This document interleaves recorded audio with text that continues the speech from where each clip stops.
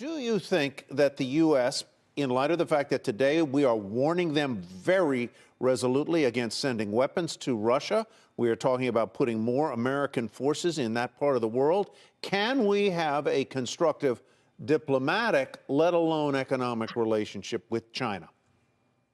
Hi, Tyler. I think that, what's happening with the union of strange bedfellows between Putin and Xi, which was first kind of publicly memorialized February 4th of last year, 20 days before the invasion, and since then re-ratified and re-strengthened. And now the U.S. intelligence community getting word that China is about to supply lethal aid to Russia makes trading with the sovereign nation of China very difficult for anyone to swallow, Tyler. I mean, as an investor, I have no idea how you underwrite Xi Jinping risk after we've just seen what Putin can do. And now Xi Jinping just a couple of days ago is rescinding, the agreement between the SEC's PCAOB and the CSRC in China on audits, where he's telling the big companies in China to fire their Western auditors. I mean, I don't know how much more we need to see for the American public and the investing public to realize that China is not our friend while Xi Jinping is running the country. In fact, there are strategic competitors, some may say, and our worst adversary, others might say. I would be in that secondary camp.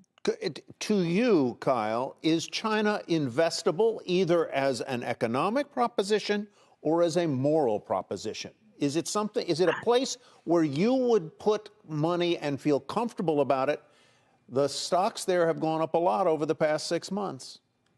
I understand that things trade around and things bounce. But when you think about the long-term viability of any investment you have in a Chinese entity, I can't imagine you running a risk model or anyone running a risk model today thinking that the rewards outpace the risks enough to make the investment. In fact, investors and fiduciaries lost all of their money in Russia the day that Putin invaded Ukraine. And I say it's Russia today and it's China tomorrow. If you just listen to Xi Jinping's speech yesterday, he gave a speech in which he was commemorating the 100th anniversary of the Communist Party. And he said in the speech, resolving the Taiwan question and realizing China's complete reunification is a historic mission and unshakable commitment of the Chinese Communist Party. He is telling you in no uncertain words that he will invade and take over Taiwan while he's alive.